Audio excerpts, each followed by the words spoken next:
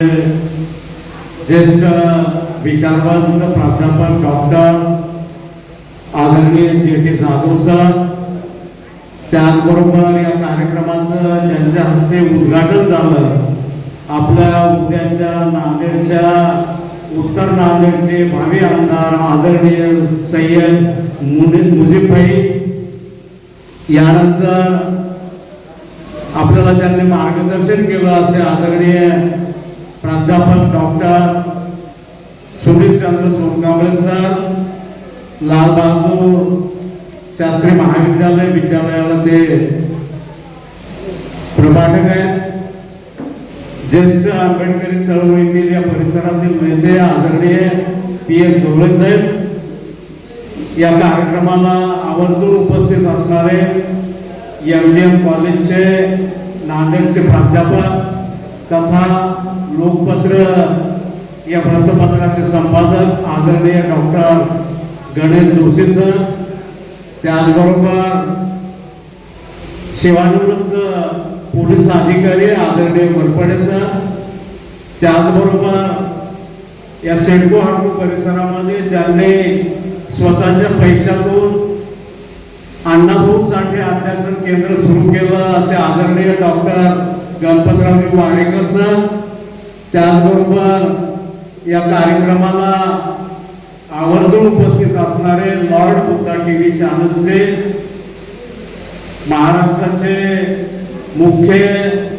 संवाददाता ज्याला आपण म्हणू, शोचे मुख्य अँकर, त्याचबरोबर या मंचकावर उपस्थित असणारे विलासदादा गंजबारे, या कार्यक्रमाचं सूत्रसंचलन करणारे आपल्या नांदेड आकाशवाणी केंद्राचे निवेदक आदरणीय बालाजी गवारे सर, या ठिकाणी इथं आलेला प्रत्येक माणूस हा तेवढ्याच मोलाचा आहे. एखाद्याचं नाव घ्यायचं विसरून गेलं तर माझ्यासाठी ते अवघड होईल. इथं आलेला प्रत्येक कार्यकर्ता 1500 लोकांचं नेतृत्व करणार आहे, लाख मोलाचा आहे. आणि हा माणूस देखील इथं आलेला प्रत्येक मी माझ्या स्वतःच्या कष्टानं जोडलेला आहे, याचं देखील मला धन्यता आहे. मित्रो, आत्ताच जाधव सरांनी सांगितलं, गवई सरांनी देखील सांगितलं की छत्रपती राजर्षी शाहू महाराजांची जयंती बाबासाहेबांनी कशा पद्धतीने साजरी करायला सांगितली. त्याच्यातला मला फक्त एकच शब्द माझ्यासाठी महत्वाचा आहे, जो की बाबासाहेबांनी शाहू महाराजांच्या संदर्भात वापरला. बाबासाहेब असं म्हणतात की माझा जन्मदिवस साजरा नाही केला तरी चालेल, पण माझ्या राजर्षी शाहू महाराजांचा जन्मदिवस दिवाळीसारखा उत्साहामध्ये साजरा करा. हा शब्द बाबासाहेबांनी माझ्या शाहू महाराजांचा जन्मदिवस म्हणजे किती शाहू महाराज हे बाबासाहेबांना जवळचे असतील याचा विचार करा. आणि मी ज्या समाजातून आलोय त्या समाजामधला या भारताच्या पहिल्या लोकसभेमधला कोल्हापूर मधला आप्पासाहेब मोरे नावाचा एक पहिला खासदार जर कोणी केला असेल मातंग समाजाचा, तर तो छत्रपती राजर्षी शाहू महाराजांनी केला. या सुप्रीम कोर्टामध्ये आप्पासाहेब मोरे नावाचा एक वकिली करणारा माणूस कोणी जर बनवला असेल तर तो राजर्षी शाहू महाराजांनी बनवला. अशा पद्धतीचं मातंग समाजाला सगळ्यात पहिल्यांदा न्यायाची वागणूक जर कोणी दिली असेल तर ती राजर्षी शाहू महाराजांनी केली. आणि त्या शाहू महाराजांनी ज्या जातीचं भलं केलं त्या जातीमधून मी येतो, आणि म्हणून राजर्षी शाहू महाराजांची जयंती करणं आपलं कर्तव्य आहे हे समजून आपण शाहू महाराजांची जयंती साजरी करतो. परंतु हे करत असताना, समाजामध्ये वावरत असताना काही गोष्टीचे अनुभव येतात की शाहू महाराजांची जयंती करून काय फायदा. कारण फायदा असता तर प्रत्येकानंच केली असती, आणि फायदा नाही त्याच्यामुळे करून काही फायदा नाही. फायदा तोटा हा माझ्यासाठी महत्वाचा नाही. तर एक महापुरुष आहे, त्यांच्यामुळं आपण माणसामध्ये आलो. आपल्याला कोणी शिवून घेत नव्हतं, कोणी पाणी मिळू देत नव्हतं, भाकरी मिळू देत नव्हते, राहायला घर नव्हतं, अंगाला वस्त्र नव्हतं, माणूस म्हणून जगण्याचा देखील अधिकार नव्हता शाहू महाराजांच्या काळामध्ये. आणि त्या काळामध्ये या महाराजांना माणसासारखी वागणूक त्या शाहू महाराजांनी दिली. त्या शाहू महाराजांना वंदन करताना देखील आमची अपेक्षा आहे की शाहू महाराजांची जयंती साजरी करून काय फायदा. बरं, हेच नाही, मागे एकदा समाजासाठी उपक्रम ठेवला सिडकोमध्ये. अण्णाभाऊ साठेंचा पुतळा आहे, तिथं कोणी बघायला जात नाही 1 ऑगस्ट शिवाय. साधा उपक्रम ठेवला की बाबा दररोज एका मातंग समाजाच्या माणसानं यायचं आणि अण्णाभाऊ साठेंच्या पुतळ्याला अभिवादन करायचं. अनेक लोक मला म्हटले की अण्णाभाऊ साठेंच्या पुतळ्याला अभिवादन करून काय फायदा. म्हणजे फायदा असेल तर अण्णाभाऊला वंदन करायचं, नाही तर काही गरजच नाही. प्रत्येक गोष्ट आम्हाला कळायला 20-20 वर्ष लागत आहेत. कामाजी पवार राष्ट्रीय मराठा सेवा संघाचे राष्ट्रीय अध्यक्ष, त्यांचं आगमन झालेलं आहे. आपण टाळ्यांच्या गजरामध्ये सरांचं स्वागत करावं. म्हणजे 20 वर्षाला जर बाबासाहेबाला वंदन त्या मान्याने केलं असतं तर मधला काळ मातंग समाजाला बाबासाहेबाला स्वीकारला असताना. परंतु नाही, आम्हाला पटत नाही, आम्हाला त्यांना तर पटत नाही आणि त्याला कुणाला पटलं ते मान्य करायचं नाही. मग दर 20 वर्षाला 20 वर्षाला हा बदल मान्य करायचं ही मेंटॅलिटी माझ्यामध्ये आहे. आणि जे काही आमचा सोशल मीडियामध्ये महारमांग अशा पद्धतीनं चालू आहे, आई बहिणीचा उद्धार आहे. मी तर तसं काही लिहित नाही. परवाला एक पोस्ट टाकली, फडणवीस साहेब उपवर्गीकरणाच्या माध्यमातून तुम्हाला महाराष्ट्रामध्ये दुसरं मणिपूर घडवायचं आहे काय. याच्यामध्ये तर मी मातंग समाजाने काही बोललो नाही, बौद्धांनाही काही बोललो नाही. महाराष्ट्राचा मुख्यमंत्री आहे, त्याला मातंग आणि बौद्ध यांच्यामध्ये राज्यपात घडवायचा आहे फडणवीसाला. आणि त्याच्या हातात असेल तर कोण हात धरले त्याचे करून टाकणं. तुला काय करायचं ते अडवलं का कोणी. तुझ्या हातात सरकार आहे ना.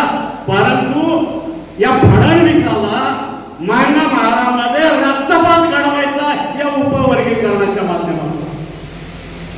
मी मातंग समाजाचा कार्यकर्ता आहे. माझ्या अंगावरच्या कपड्याशिवाय माझी कुठलीही प्रॉपर्टी या देशामध्ये नाही. मला जगण्याचं कुठलंही साधन नाही. आणि तरी देखील मी सांगतोय एक मातंग समाजाचा कार्यकर्ता म्हणून की इथले काही बौद्ध असतील त्यांनी देखील कृपया अपप्रचार करू नये की मातंग समाजाचे लोक आपल्याकडे उपवर्गीकरण मागतायत म्हणून.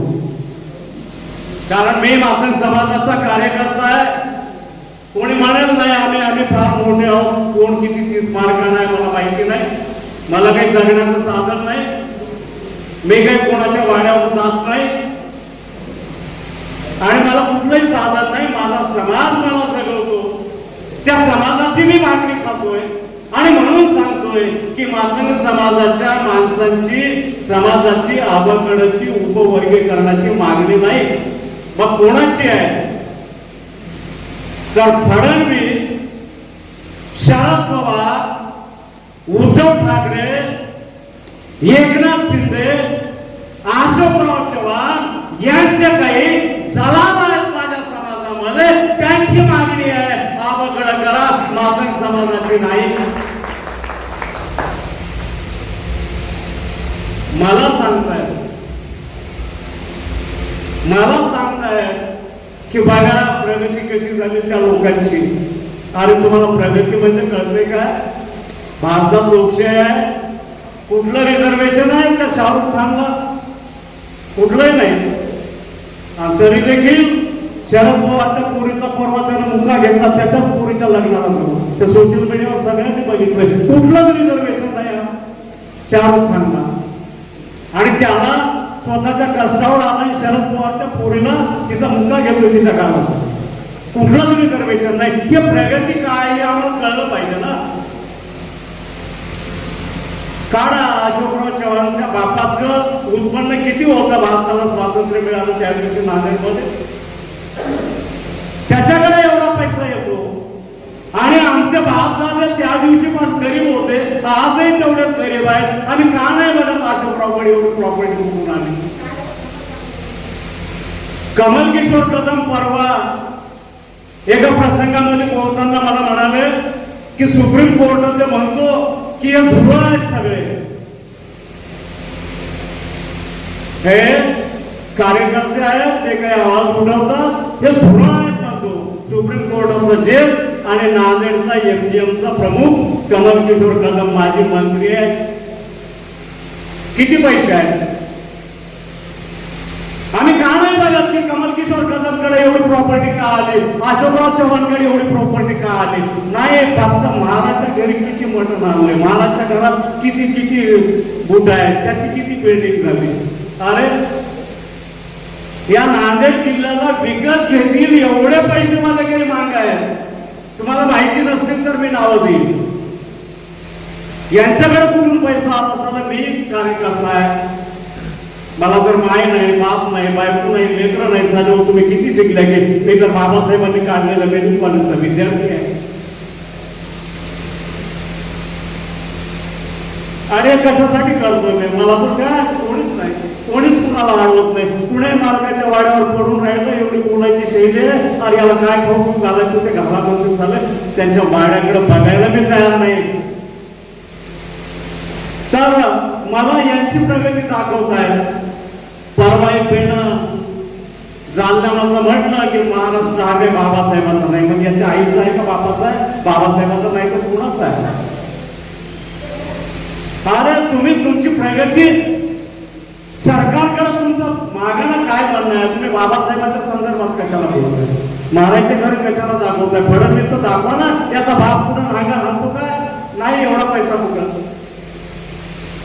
शरद पवारचा बाप, शरद पवारची माय कुठं हमाली केली काय? नाही, याच्याकडे एवढा पैसा कुठून आला हे बघा ना तुम्ही. उद्धव ठाकरेनं कुठं काय हमाली केली का? कुठं झाडू मारलाय का?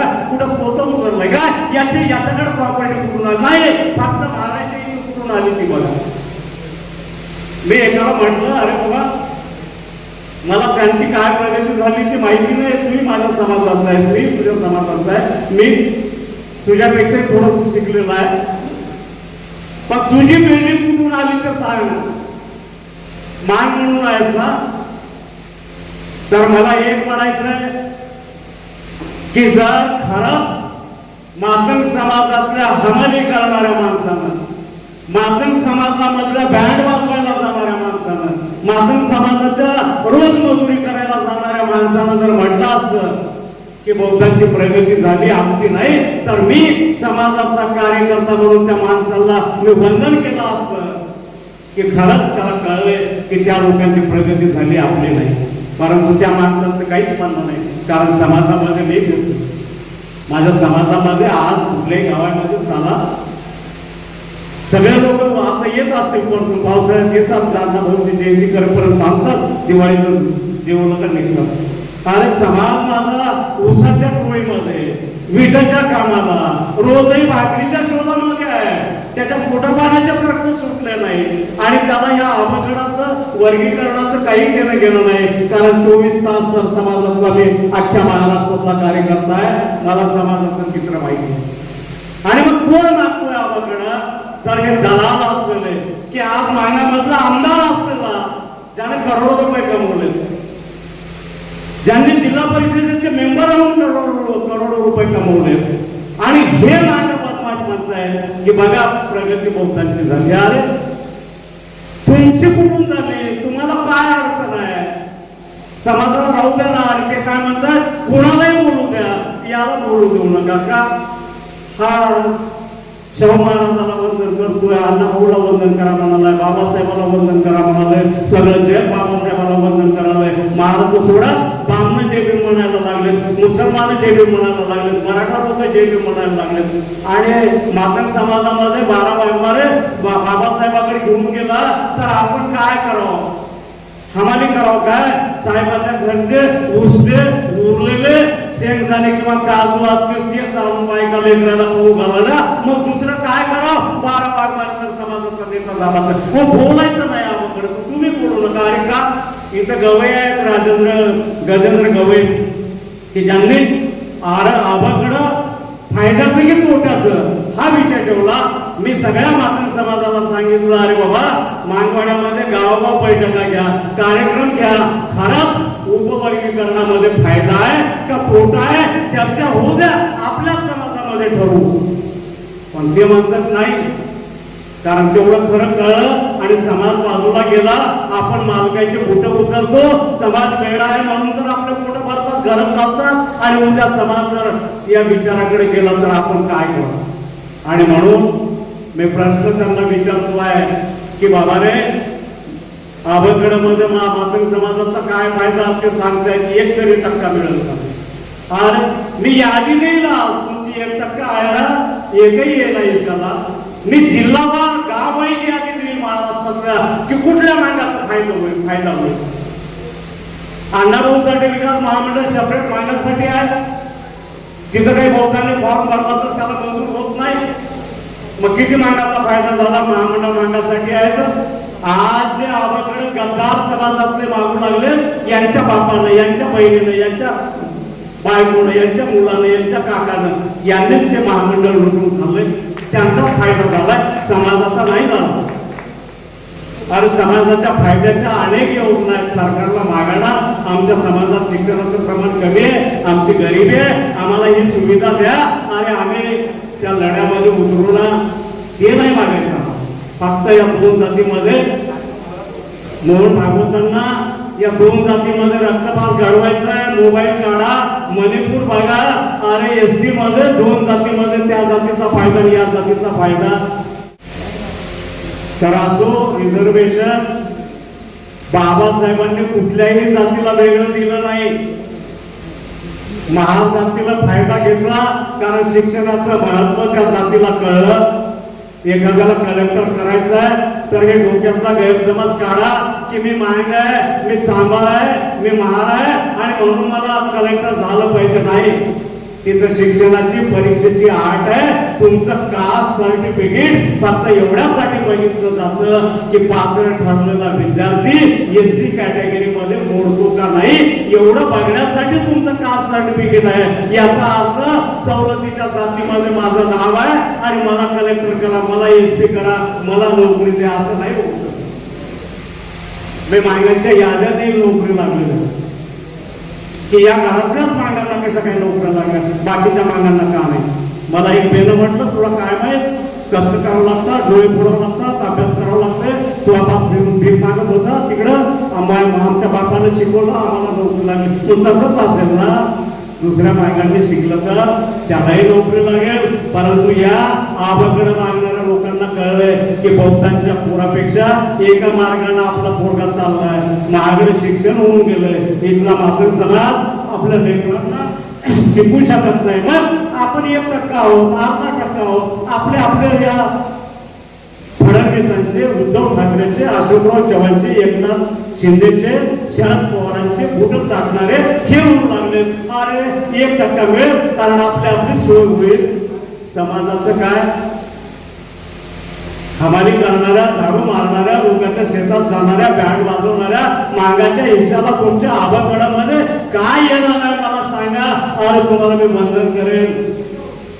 परंतु समाजाचा खाना खराब झाला तर झाला, माझ्या कुटुंबाचं चांगलं व्हायलंय आणि फडणवीसला काय केलं गेलं, घरी बसून या 2 जातीचा खाना खराब होऊ लागलाय. त्याचं राजकारण सुरळीत चाललंय. पैसा फडणवीसाचा, पैसा मोहन भागवतचा. आबाकडे मागणाऱ्यांना, RSSच्या मातंग समाजातल्या कार्यकर्त्यांना दरमहा 6,000 रुपये मोहन भागवत देतो की तुम्ही फक्त जा आणि मातंग बौद्ध यांच्यामध्ये तरी निर्माण करा. नसेल तर तुमच्याकडे काय योग्यता आहे मला दाखवा. तुम्ही समाजाचे आहात, मी समाजाचा आहे. अशोकराव चव्हाणच्या, चिखलीकरच्या घरी मायकी करण्यासाठी काय लायकी लागतात? आणि बाबासाहेबांच्या कॉलेजमध्ये माझं PG झालंय, राज्यशास्त्रामध्ये माझं ME आहे. माझ्या एवढं तर राजकारण तुम्हाला कळत नाही. काय लायकी लागते समाजाचा कार्यकर्ता म्हणून जीव ओळायला, साहेबाच्या कुठं टाकायला मला सांगायला समाजासाठी काहीच नाही लागत. तू तुझ्या बायकोसाठी, तुझ्या लेकरासाठी कुठं चालतोस. अरे इथल्या मालकांचे कुठं वाडी आहे मला नाही माहिती, समाजासाठी अहोरात्र कष्ट घेतो आहे आणि सन्मानानं माझा समाज मला जगवतो आहे.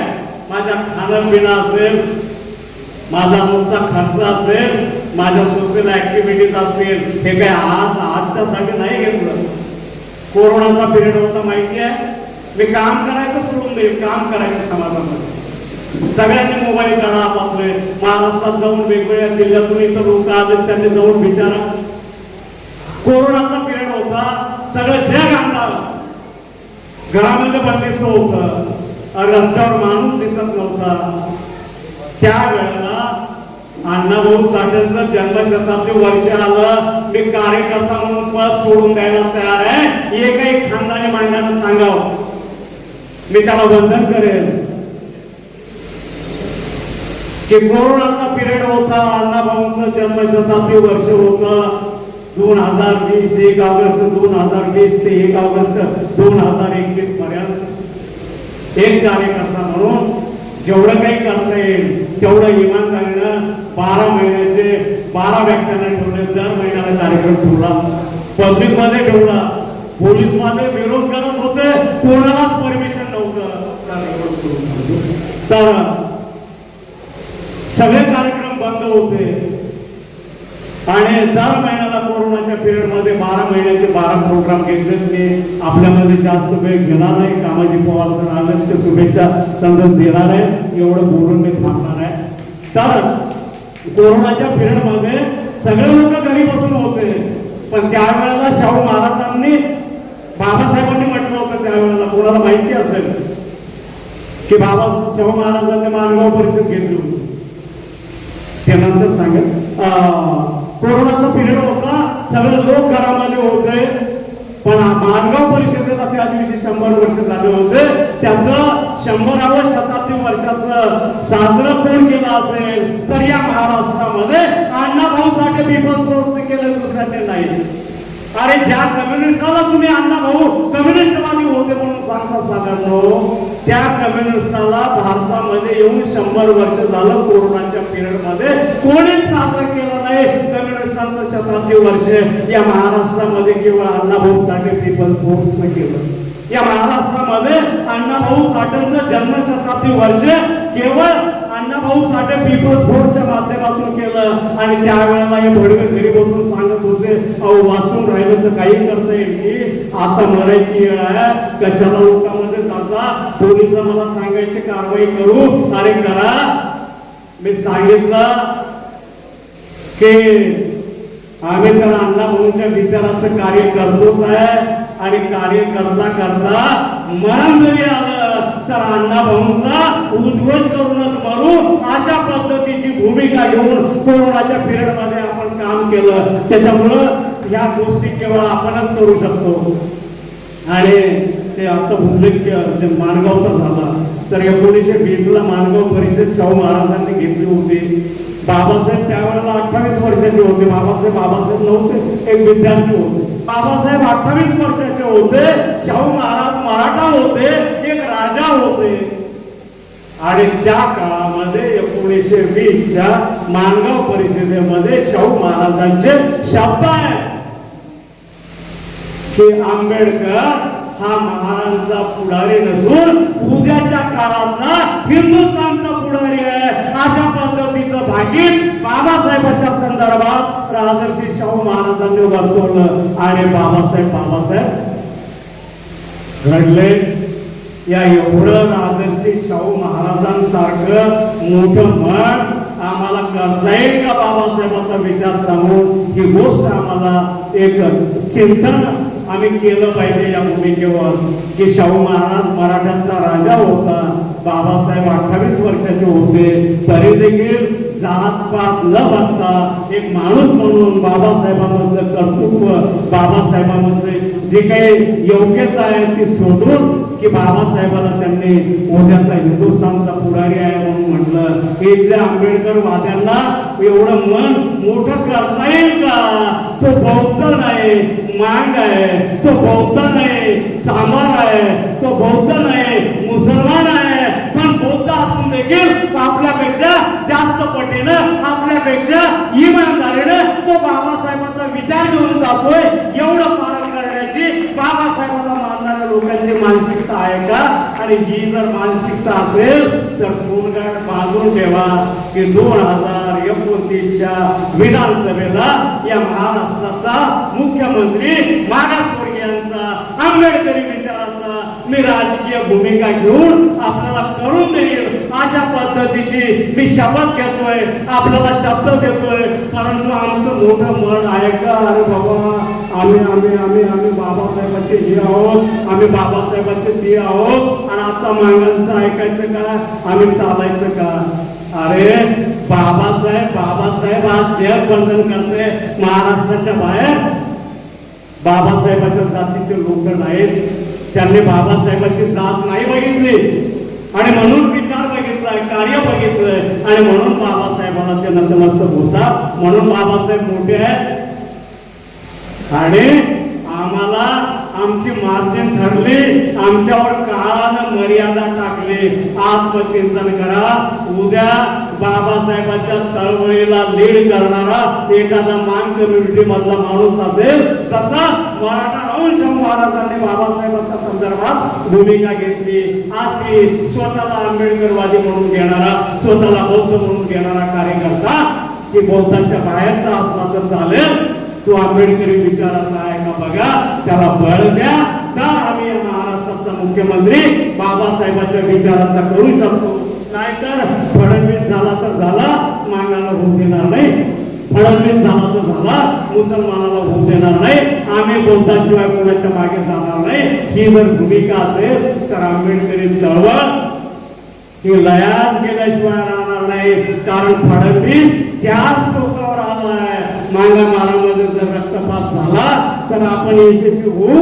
इथल्या बौद्धांनी विचार करा, मांगा मारात रक्तपात होऊ द्यायचा, फडणवीसला घरी बसवायचा का आंबेडकरी ताकद मातंग समाजाच्या आंबेडकरी विचाराच्या कार्यकर्त्याच्या पाठीशी उभं करायची, याची भूमिका आम्ही चिंतन केलं पाहिजे. तरच या महाराष्ट्रामध्ये आंबेडकरी चळवळीला यश येईल. अन्यथा येणार नाही. माझं फार होतंय, माफी असावी. कामाजी पवार इथं आहे, आंबेडकरी विचाराचे आहे, कोणी शंका घेऊ शकत नाही. मराठा सेवा संघ आंबेडकरी विचाराचा, बौद्ध आहेत आंबेडकरी विचाराचे आहेत, कोणी घेऊ शकत नाही. मुस्लिम भाई आहेत आंबेडकरी विचाराचे आहेत, कोणी शंका घेऊ शकत नाही. परंतु मी मान्य आहे आंबेडकरी विचाराचं आहे, पण आम्ही लोकांच्या समोर आंबेडकरवादी आहोत. आमच्या जातीत गेलं की आमच्या जातीचे होतो, म्हणून आंबेडकरी चळवळीला महाराष्ट्रामध्ये रिझल्ट नाही. म्हणून तो कुठल्याही जातीचा असू द्या, आंबेडकरी विचारावर चालतो का हे निकष ठरवा, त्याला बळ द्या, त्याच्या पाठीशी राहण्यापेक्षा हातात हात घालून चालवा. मी तर माझ्या समाजाला सांगतोय की बौद्धांशी संघर्ष करण्यापेक्षा बौद्धांच्या खांद्याला खांदा लावून आज लढण्याची खरी गरज आहे. पण बौद्धांनी आमच्या हातात हात द्यायला तयार आहात का? असं जर होत असेल तर निश्चित आंबेडकरी चळवळ यशस्वी होईल. अन्यथा बाबासाहेब जिवंत असताना सकट आणि वायगंडे हे गद्दार दोन मागे होते, RSSचे पगारी नोकर होते. त्यांनी ठरवलं की आंबेडकरांच्या चळवळीमध्ये मांगाला सामील होऊ द्यायचं नाही. त्याच्याच अवलादी आज मांगामध्ये आहे. फडणवीसच्या हाताला लागल्यात, शरद पवारच्या हाताला लागल्यात, उद्धव ठाकरेच्या हाताला लागल्यात बौद्धांवर द्वेष निर्माण करण्यासाठी. म्हणून इथल्या बौद्धांची जबाबदारी वाढलेली आहे.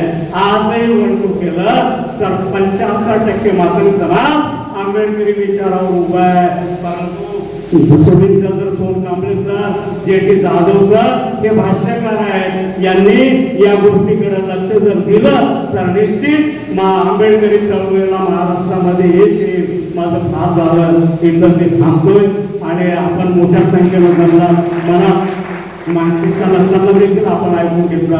आपल्याला पुरस्कार द्यायचा आहे, आपला सन्मान करायचा आहे. तुमचा सन्मान होतोय म्हणून या माणसाचा इथं सन्मान झाला. मला काहीतरी उजाळा मिळाला, तुम्हाला मी वंदन करतोय. तुमचं या ठिकाणी पुरस्कार मिळणार आहे एवढं बोलून मी थांबतो आणि इथं कामाजी पवारांना